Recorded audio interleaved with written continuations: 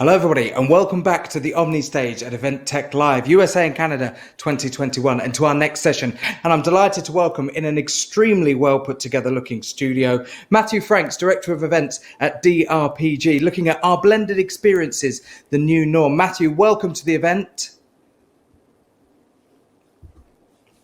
I'm not sure if Matthew can hear me. There he is, a little bit of a delay on the line. It's great to have you here today. As I said, a stunning looking setting that you've got there. So no more from me. Let's hand things over to you and let's get straight into your session.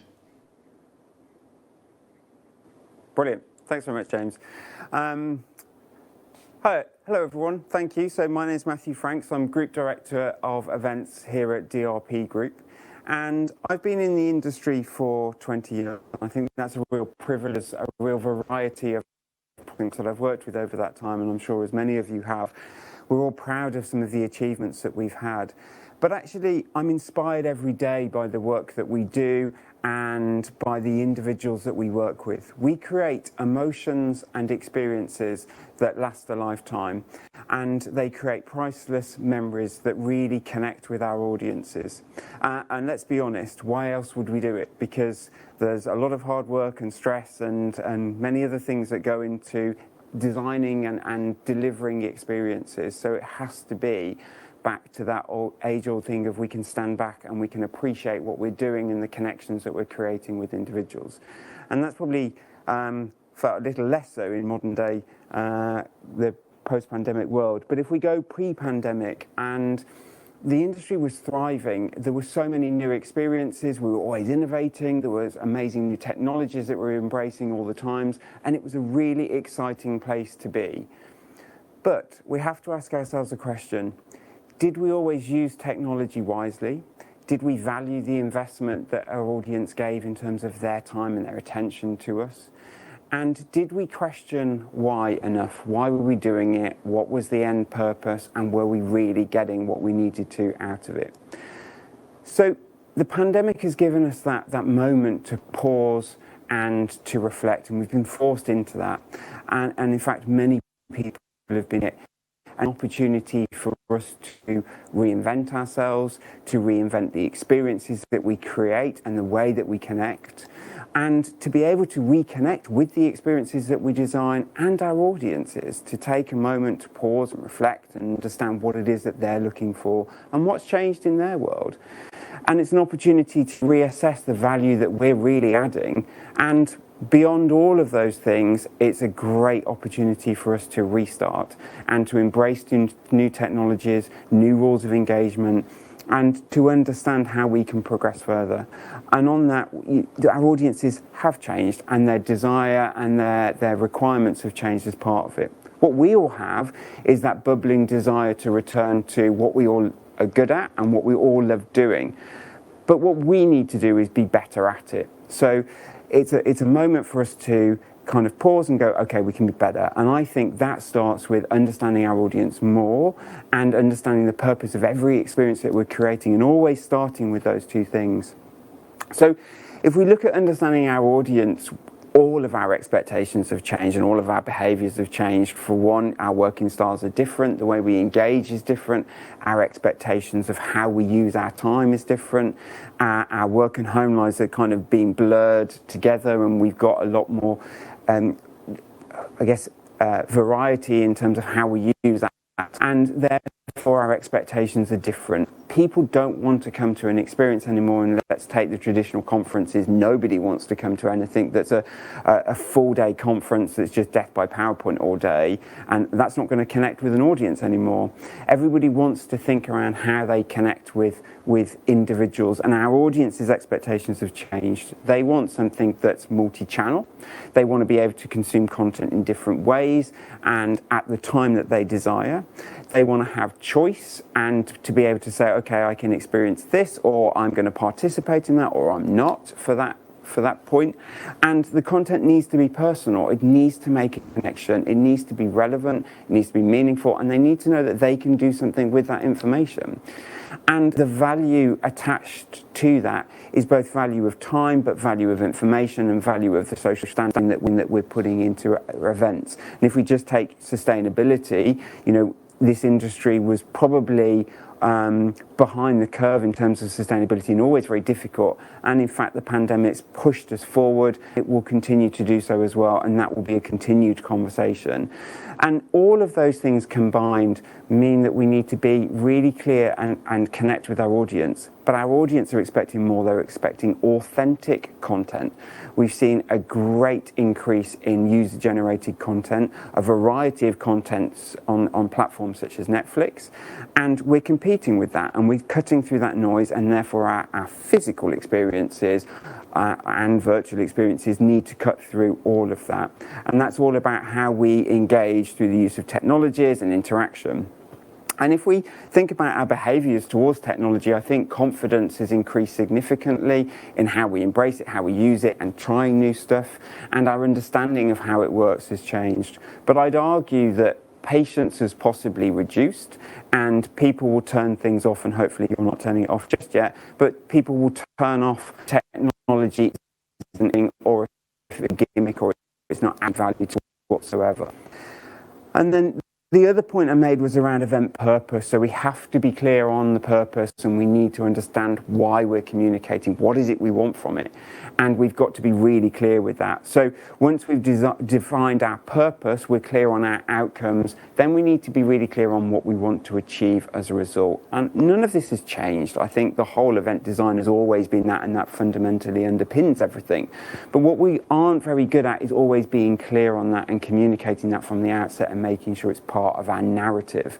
So we have to be clear on what do we need from our audience, what do we want them to do, why do we need them to do it for a start, how's it going to be monitored, and then how long are they going to have to do it.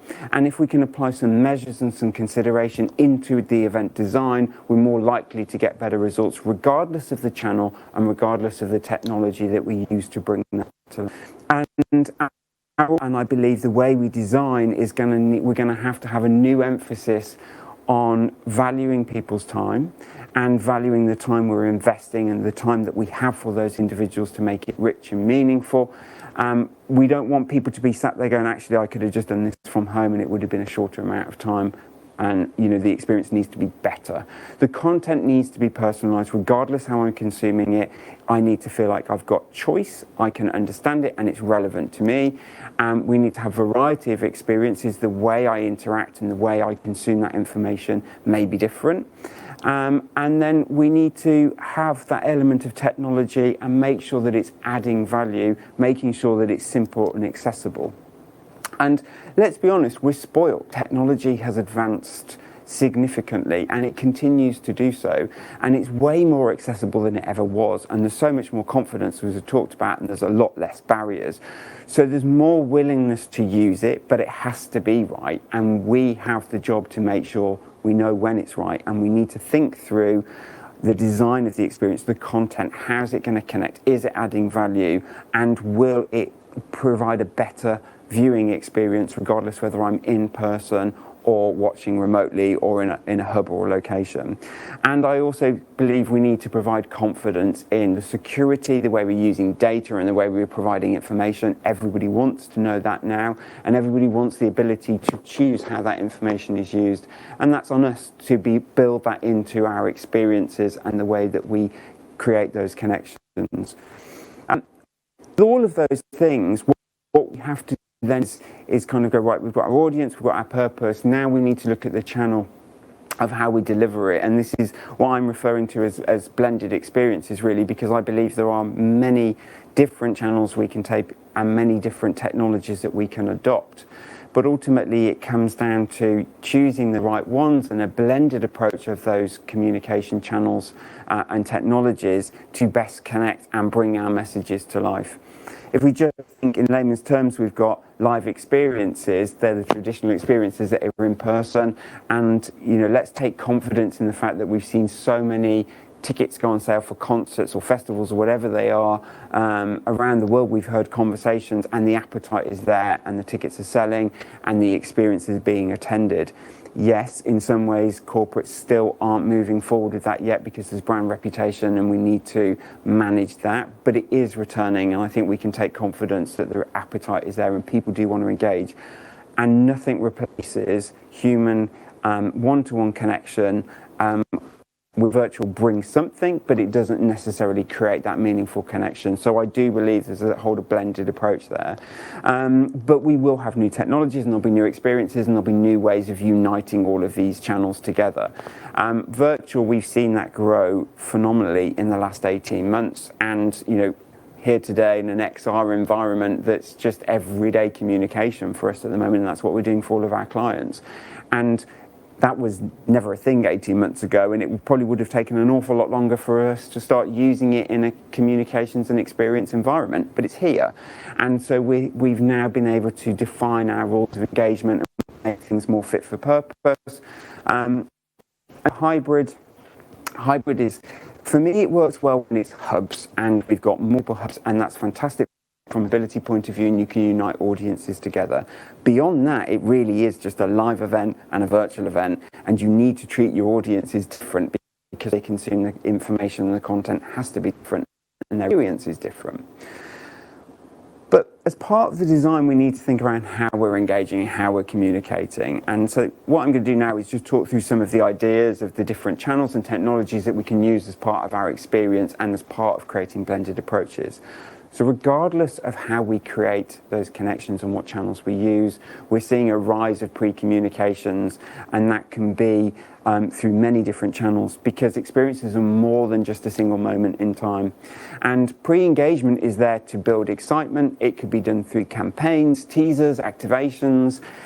The key things is it's creating a conversation, it's starting to create a connection and form of engagement, and it gives you the ability to into the conversation topics and influence the experience that's being designed as part of that overall communication. You need to embrace the channels and access the information in your audience through all the different channels that are available. I've got a short case study here for something that we did for what used to be a live event and is now live and virtual, so it's moving into a hybrid space as of this year. But we created a series of communications that went across 3 months, and we used all the channels such as Workplace, Facebook, Instagram, and their internal channels to create a whole variety of different touch points and experiences where people could connect through competitions and interactivity in the build-up to what was a virtual experience. And as part of that, we created a whole series of teaser films that were high production value and actually not a significant investment, but what it did was started the conversation. It got people excited. We constantly saw a spike every time we did it of attendance numbers and people getting excited and getting involved. And so this is part of our communication journey now, and part of creating experiences. It's all forming in the technologies and the pre-communications that we make. So take a look at this short video, which was used as one of our teasers.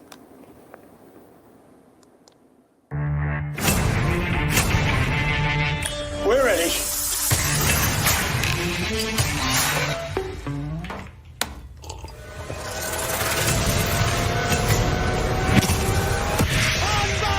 We've done what?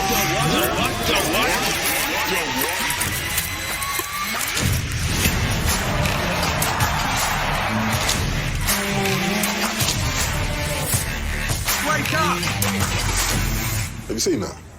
Unbelievable. Exciting, right?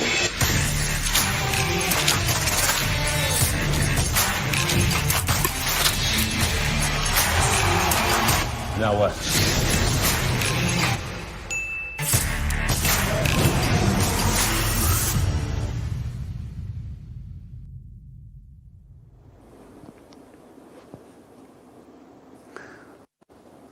And we're seeing more of that, and we'll continue to see more of it. Actually, we've got some amazing user-generated content that allows you to create those connections in a similar way.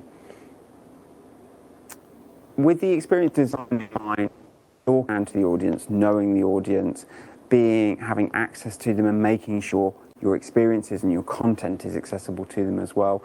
And we need to put a value on the time that we're spending with them, because it's all too easy to go, well, we've got 9 hours of content because we've always had 9 hours of content because that's what we just do. But that's not happened in the virtual, or certainly, it certainly hasn't happened with the experiences we've been creating. You can't translate that information, but you're still getting across those key messages. So it's helping us really condense down those messages and make sure that what we are doing is communicating content that's rich and relevant and connects with the audience. And we need to be really clear on the clear narrative and the purpose, and ultimately with everything, it's 3 key messages that people are going to walk away with and 1 key thing that they're going to do. Our job is to consider all touch points and all experiences and make sure that that content is relevant, concise and memorable, and that what we're doing is adding value. Whether using technology to create interactions or different experiences, it's adding value. But the content, regardless how we communicate it, is doing the same thing. We've got the content that needs to be communicated, create the outcome change that we want. The bit in the middle is around how you're consuming that information. So we've got our live audience, and then we may have our virtual or remote audiences. What we have to do is unite them together. We bring people together because it's one common goal. And the way we design our purpose should be really clear that everybody is contributing to that goal. We bring people together, voting in different technology, feel like they are together and they're connecting, they've all got a voice. And you're in the room even if you're not. And we're creating those experiences. But again, you have to think through, you just broadcast out what's in the room because that's, and the content be relevant for the people that are watching remotely as well. And that content needs to be personalised. If we take an example, and I'll use this example of the Olympic Games, and I think in some way, shape or form, we've all watched sporting events of some description. So if you're in that stadium watching that opening ceremony, it's really visual, it's really engaging, and there's so much content you can see that will keep you entertained. And you could probably spend 3-4 hours there and have an amazing time. If you were having if the camera was in the same position as the person sat down in the stadium, your view would be fine for a short while, but then you'd be pretty disengaged and pretty despondent watching that through a screen because it's a 2D experience. And that's where you then see the variety of content. So you see extra content, you see different footage, you see behind the scenes, and there's lots of different content that's needed. It's no different. That's why you can't take that live event and broadcast it out and expect the virtual audience to engage with it, because it just doesn't happen.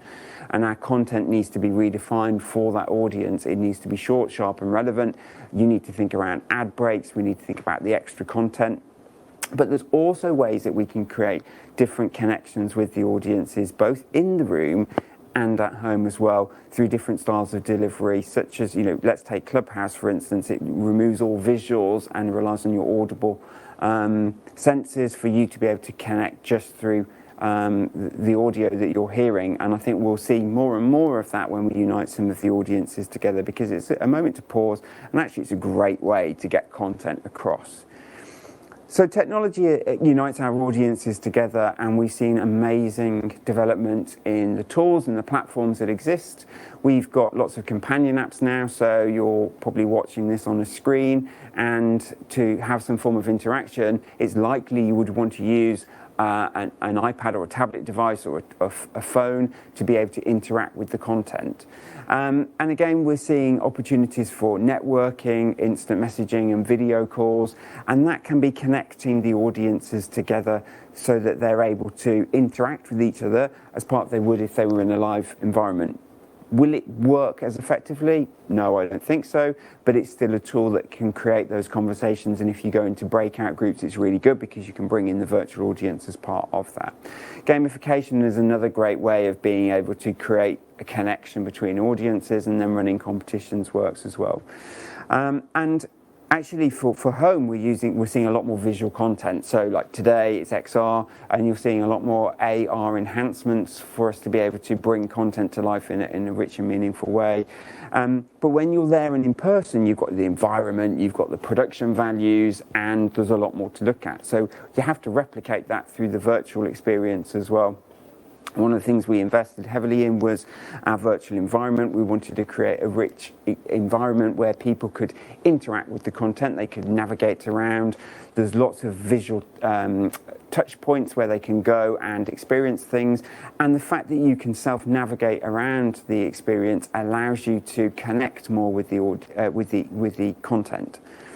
But now let's look at some of the other content that's coming. So we've got AR trigger points, and actually, as part of some invitations that we sent out an invitation, and the content was all brought to life through AR. So people used their phones and they all got the same experience. They were going through a door and you could connect with the content. We'll see more of that because it's accessible. We've made it accessible in the last 18 months. And it's a great way of creating a really cool experience pre, during and post.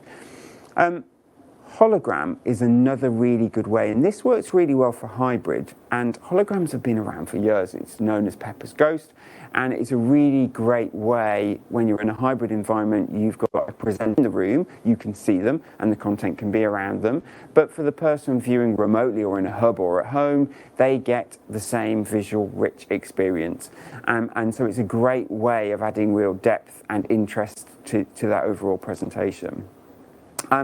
XR, so actually, if you saw where I was today, and if I had an audience, they'd be pretty bored because it's a great big green environment, and so it's not very appealing, and it doesn't translate well if you're in a live environment. What it does work really well for is if you're watching something virtually. But we can still embrace that technology in our breakouts and different experiences where you can take your audience, in-person audience, into an environment such as a cinema, and they can experience the content that way. And then your at-home or remote audience can still experience it as well. And it's a great way to bring content to life and create different experiences at the drop of a hat. So take a short look at this. So extended reality, or XR, is a cutting-edge technology which gives you the ability to immerse yourself, your presenters, peers and colleagues in a fully virtual environment. Broadcasting live video content has fast become the norm. However, making sure that your content and communications rise above the noise has never been more important. Our research tells us that not only is content king, but so too is differentiation. So, together we can create engaging and exciting moments in time for our audiences with new and expected mediums like XR. So, whether you're celebrating your annual awards with a truly global audience of super engaged colleagues, or you're a home builder wanting to immerse customers into your brand, products or services, or maybe you're a technology company with a big story to tell, extended reality is the perfect communication platform. The possibilities are endless. You could be outside at a campsite in the Cotswolds, or you could be transported to ancient Greece. Anything's possible. Your imagination is the only limit. So there you have it, the winning formula. A truly creative communication platform made affordable and accessible, limited only by our imagination. So, back to the studio.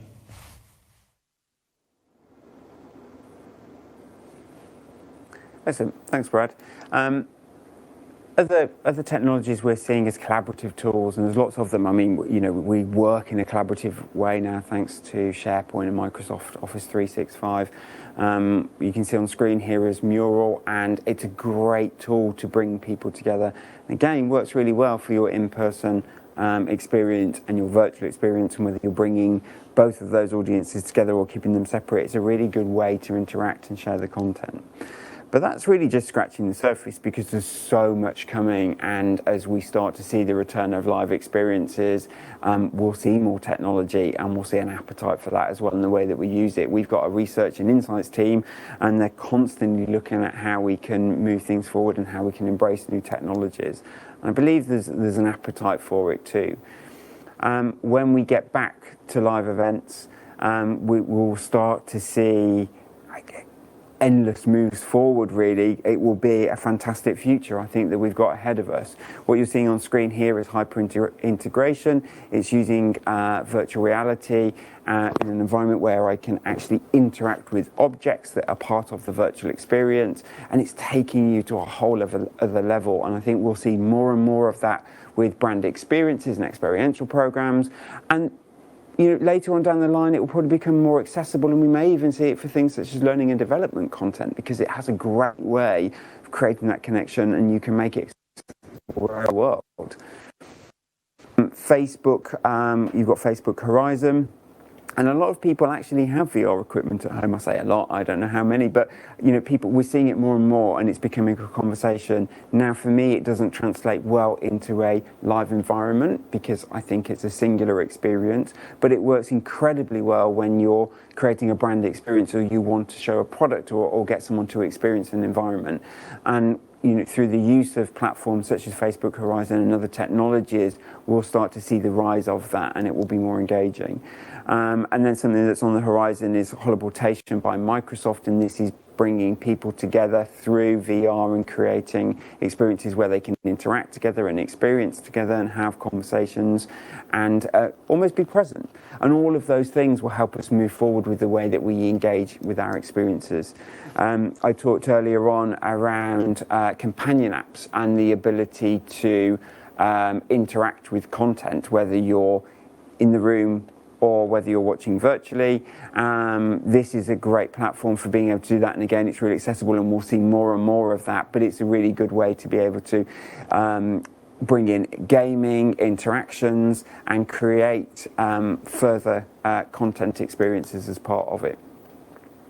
And whilst all of those experiences are in the moment or that moment in time, you've got that pre and that post conversation. And one thing that all of this is doing for us is continuing to extend that reach and continuing to allow us to have those conversations with our audiences. And our job is to make sure that that content remains accessible, whether we're using on-demand platforms or different social channels, we can bring that to life. So really this was just a bit of a highlight of some of the things that I think we'll be seeing and using as part of creating those blended experiences. But we have to always remember to bring it back to why we're doing it. There has to be a clear purpose and objectives. We have to understand our audience, and we have to make sure our content is personal and relevant, so those experiences are going to stand out and they're going to connect with our audience.